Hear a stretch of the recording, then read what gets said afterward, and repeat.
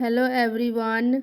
Next chapter के starting में हमें आंसिया, ब्लेक और सर्वेंट को दिखाया जाता है और ब्लेक सर्वेंट से पूछ रहा होता है क्या वह सेफ हैं। सर्वेंट बोलता है हाँ, उनके शरीर पर कोई चोट के निशान नहीं हैं और उन्होंने डार्क गेट को भी बंद कर दिया है।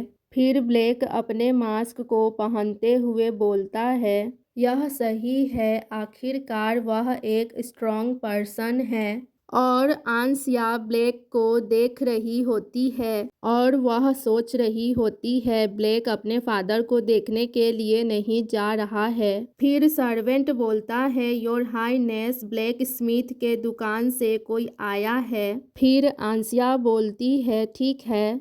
इसके बाद आंसिया ब्लेक से बोलती है मैं बहुत जल्द वापस आ जाऊंगी योर हाईनेस। फिर ब्लेक बोलता है अपना ख्याल रखें आंसिया। इसके बाद अब हमें आंसिया और सर्वेंट को जाते हुए दिखाया जाता है। फिर सर्वेंट आंसिया से बोलता है योर हाईनेस, दरअसल ब्लैक स्मिथ के दुकान से कोई नहीं आया है। तभी आंसिया बोलती है मैजेस्टी मुझे ढूंढ रहे हैं, है ना? फिर सर्वेंट बोलता है हाँ, क्या आप पहले से जानते थे?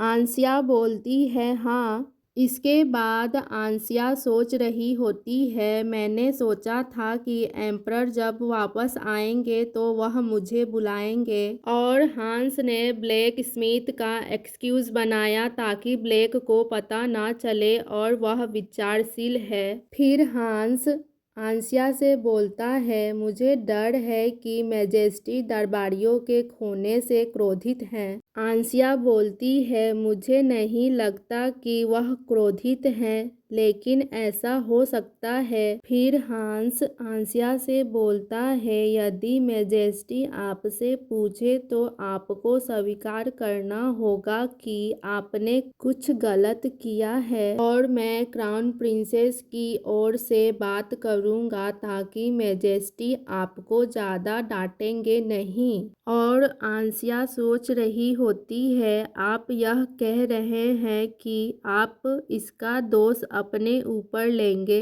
आपकी मृत्यु हो सकती है क्योंकि आप एक साधारण से व्यक्ति हैं बिना किसी उपाधि के। ओरिजिनल नोवेल में वह ब्लैक के लिए अपनी जान देने को तैयार था। इतना सब सोचने के बाद आंसिया हांस को बुलाती है और हांस बोलता है हाँ योर हाईनेस। फिर आंसिया बोलती है अपना जीवन इतनी आसानी से मत बर्बाद करो, आपके बिना क्राउन प्रिंस की सहायता कौन करेगा?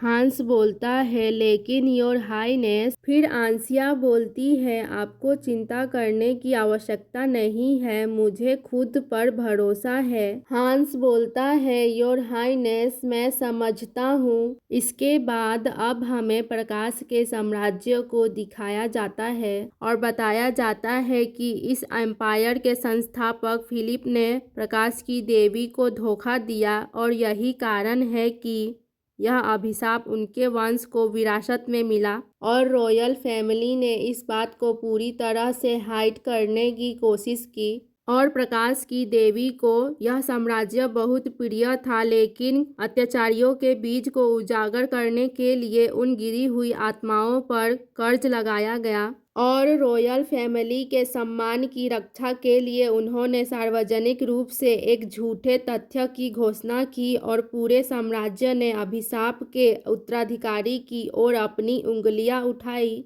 और इस अभिशाप के संक्रमण होने की अफवाह के साथ यदि आप अभिशाप के उत्तराधिकारी बन जाते हैं तो आपको अपने मृत्यु तक दक्षिणी द्वीप में एकांत में रहना पड़ेगा। और जब ब्लैक पर अभिशाप के निशान दिखाई दिए तो उसे तुरंत ही क्राउन प्रिंस के पद से हटा दिया गया और उसे दक्षिण तक ही सीमित कर दिया जाना चाहिए था।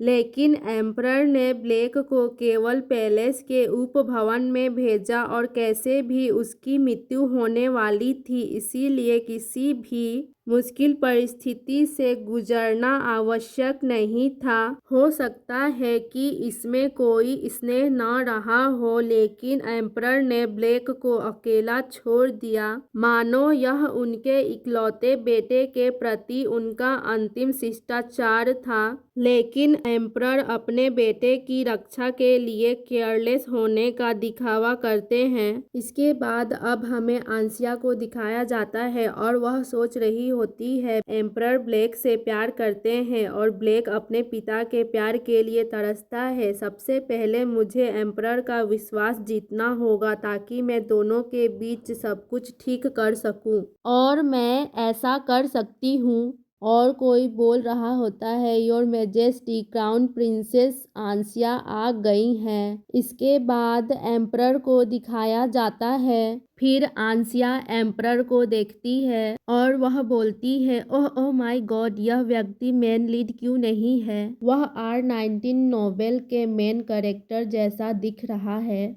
और एम्परर बोलते हैं, मैंने सुना है कि आपने क्राउन प्रिंस के पैलेस के चैम्बरलेन को जेल भेज दिया है, क्या हुआ था? फिर आंसिया बोलती है, उस व्यक्ति को क्राउन प्रिंस के पैलेस में बजट की देखरेख करने का काम सौंपा गया था। मैंने उसे बजट में से चोरी करने के लिए दंडित किया है। इसके बाद हमें मार्क्विस हैमेल को दिखाया जाता है। वह बोल रहा होता है, मेरे बेटे ने इस साम्राज्य के प्रति अपनी वफादारी दी। मुझे विश्वास नहीं हो रहा है कि आप उस पर इस अपराध का आरोप लगा रहे हैं। यह अन्याय है। फिर आंसिया बोलती है, अन्यायपूर्ण? आप यह तर्क दे रहे हैं कि यह अन्यायपूर्ण है, जबकि सबूत इतने स्पष्ट हैं। योर मैजेस्टी, यहाँ बही खाता है। फिर एम्परर उस बही खाते को देखते हैं और बोलते हैं, उसने बहुत कुछ चुराया है। फिर मार्क्विस बोलता है, इसमें निश्चित रूप से कोई हेरफेर है। मेरा बेटा इस साम्राज्य के अन्य बच्चों में से सबसे अधिक वफादार है। फिर आंसिया बोलती है, योर मैजेस्टी, क्राउन प्रिंस को ठंडा पालक का सूप दिया गया और उन्होंने पैलेस के रसोइयों द्वारा स्वयं पकाया गया व्हील स्टिक खाया। क्या मार्क्विस इसी प्रकार की वफादारी की बात कर रहे हैं? यदि ऐसा नहीं तो क्या क्राउन प्रिंस के पैलेस के बजट से पैसे लेना ताकि वह इसे जुए में बर्बाद कर सके, क्या यही वह वफादारी है? और मार्क्विस आंसिया से बोलता है, आप क्या बोल रहे हैं? अपने शब्दों का ध्यान रखें। फिर एम्परर बोलते हैं, मार्क्विस, क्या तुम मरना चाहते हो? मार्क्विस बोलता है, योर मैजेस्टी, आप अचानक।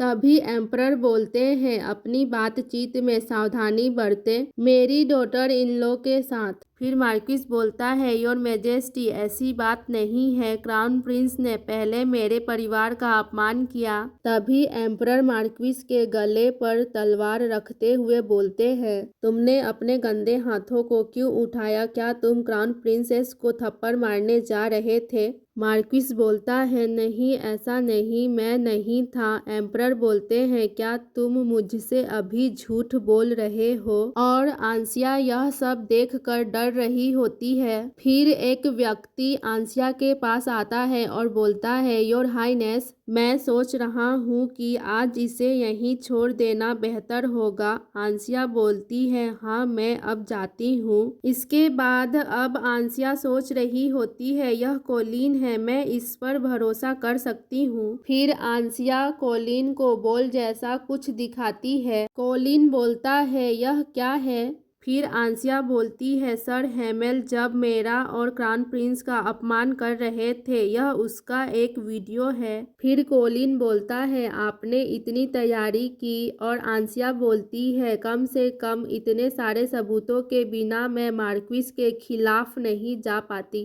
कोलिन बोलता है, सही है, मैं इसे मैजेस्टी को दे दूंगा। इसके बाद अब हमें बताया जाता है कि एम्परर के सामने ही प्रिंसेस को थप्पड़ मारने की कोशिश करने पर मार्क्विस हैमेल का हाथ काट दिया गया और शाही संपत्ति में से चोरी करने के और प्रिंसेस का अपमान करने के कारण उनके बेटे के जीभ को काट दिया गया। मार्क्विस हैमेल और उनके बेटे को 30 वर्ष के लिए कारावास की सजा सुनाई गई और हैमेल परिवार से उनकी संपत्ति छीन ली गई। ऐतिहासिक मार्क्विस परिवार एक ही सुबह में खत्म हो गया। हालांकि किसी ने उनका पक्ष नहीं लिया। मार्क्विस ने एम्परर के सामने प्रिंसेस के विरुद्ध अपना हाथ उठाया और उनके बेटे ने अनौपचारिक रूप से बात की और उनका अपमान किया। मॉन्स्टर क्राउन प्रिंस की वाइफ ने चाहे जैसा भी व्यवहार किया हो, मार्क्विस और उनके बेटे ने सीमा पार कर लिया था, इसीलिए एक भी व्यक्ति ने उनका बचाव नहीं किया। इसके बाद अब हमें आंसिया को दिखाया जाता है और वह सोच रही होती है अब समय आ गया है कि एम्परर